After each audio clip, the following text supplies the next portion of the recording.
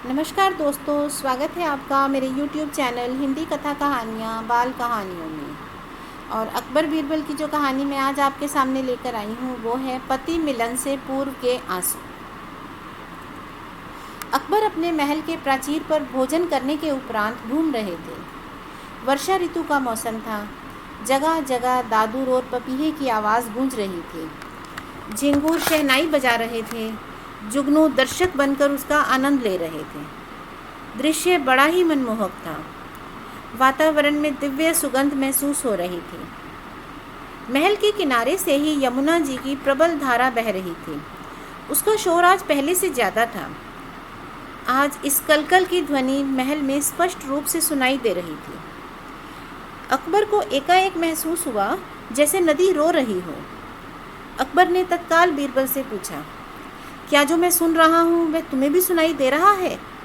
मुझे लगता है नदी के रोने की आवाज़ है। अब बीरबल अपने जहाँ पनाह की आवाज़ को, उनकी बात को कैसे टाल सकता था? ऐसा दुस्साहस करना उसके अधिकार क्षेत्र में नहीं था। बीरबल ने जहाँ पनाह की हाँ में हाँ मिलाया और कहा, हाँ जहाँ पनाह, मैं भी नदी के रोने की आवाज़ सुन रहा हूँ।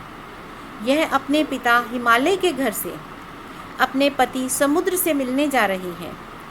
पिता से बिछुड़ने के दुख के कारण नदी रास्ते में रोते हुए जा रही है। और यह जवाब सुनकर अकबर पहले की तरह शब्दहीन हो गए। बीरबल के दिए हुए इस जवाब की गहराई में खो गए। तो दोस्तों, कई बार हमारे जीवन में भी बच्चों इस तरह की घटनाएं होती हैं जब कोई हमसे बड़ा व्यक्ति, जैसे हमारे माता पिता या हमारे गुरु या हमारे कोई और रिश्तेदार जो हमसे मान सम्मान में, उम्र में हमसे बड़े हैं, अगर वो हमसे कोई बात कहते हैं तो हमें सीधे उनके मुंह पर उनकी बात को ठुकराना नहीं होता या उनकी बात को गलत नहीं कहना होता। वो बड़े हैं, वो हमारी बात ज़रूर समझेंगे।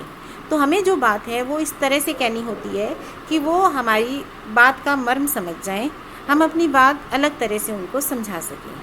कभी भी किसी बड़े को हम सीधे गलत नहीं कहते, जैसा कि यहाँ पर बीरबल ने किया। उन्होंने अकबर को सीधे ये नहीं कहा कि नहीं, नदी कैसे रो सकती है। लॉजिक की बात है ना, नदी कैसे रो सकती है, वहाँ उसमें तो पानी जा रहा है, उसमें तो पानी की आवाज़ें आ रही हैं।